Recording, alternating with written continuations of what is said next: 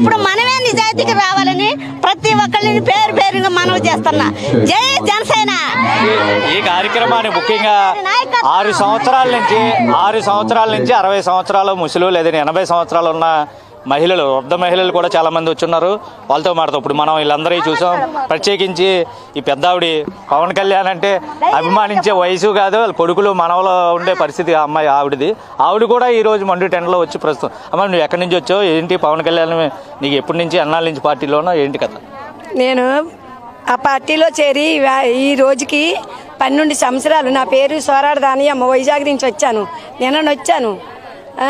నేను వచ్చి దేవుడి 7 కండ్ల వాడు దేవుడికి ఎలాగా ప్రత్యేక పూజించుకొని దర్శనం చేసుకుంటామో అని పవన్ గురించి మేము అలా చూస్తున్నాం. పిఠాపురం నియోజకవర్గానికే ధన్యవాదాలు. ఈ ప్రజలకే ఈ పిఠాపురం పెట్టి పుట్టింది. కొన్నిదేళ్ళ పవన్ ని దత్త తీసుకున్నారు. చాలా చాలా అదృష్టవంతులు, మేము దురదృష్టవంతులము.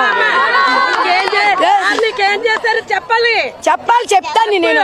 నేను OCPIMలోను ఇడ్లీ తినాలంటే సాంబార్ కావాలి, పూరి తినాలంటే ఆలు కుర్మా కావాలి, ఆంధ్రప్రదేశ్ వారికి తినాలంటే జగనే కావాలని ఇంటర్వ్యూ ఇచ్చిన మా అమ్మను. నేను బాబుని జైలు పెట్టినప్పుడు ఇసుకొండ మీద ఇచ్చాను ఇంటర్వ్యూ.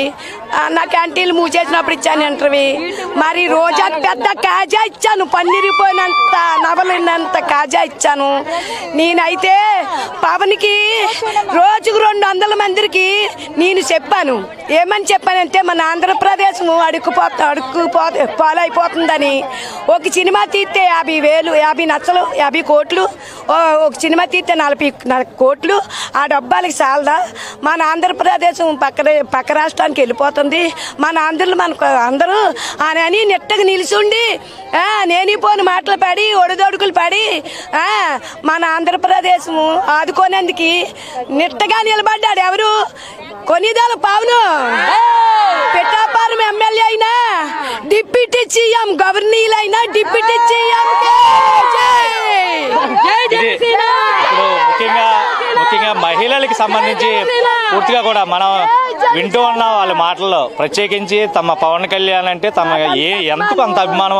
స్వయంగా వాళ్ళు ఏదంటే వయసుతో సంబంధం లేదు, లింగ భేదం లేదు, పూర్తి స్థాయిలో ఆయన చేస్తున్నటువంటి మంచి గ్రామాన్ని ఆయన తిరిగి స్వచ్ఛమైన రాజకీయాలు, డబ్బు మద్యం పంచకుండా రాజకీయాలు 100% స్ట్రైక్ రేటుతో పూర్తిగా కూడా ఒకవైపు డబ్బు పంచలేదు, మద్యం కూడా పంచకుండా స్వచ్ఛమైన రాజకీయాలు చేసి ఈ రోజు 21 సీట్లు సాధించి రాష్ట్రానికి సంబంధించినంత వరకు డిప్యూటీ సీఎంగా 5 శాఖల మంత్రిగా ప్రస్తుతం ప్రజల మన్ననలు కోరి ప్రజల కోసం ప్రస్తుతం తమ దేవుడు ఏదైతే తిరుపతిలో వెంకటేశ్వర స్వామి దర్శనం కోసం భక్తులు ఎలా వెళ్తారో మా దేవుడు పవన్ కళ్యాణ్ ఆయన దర్శించుకోవడానికి మేము అందరం వచ్చాం.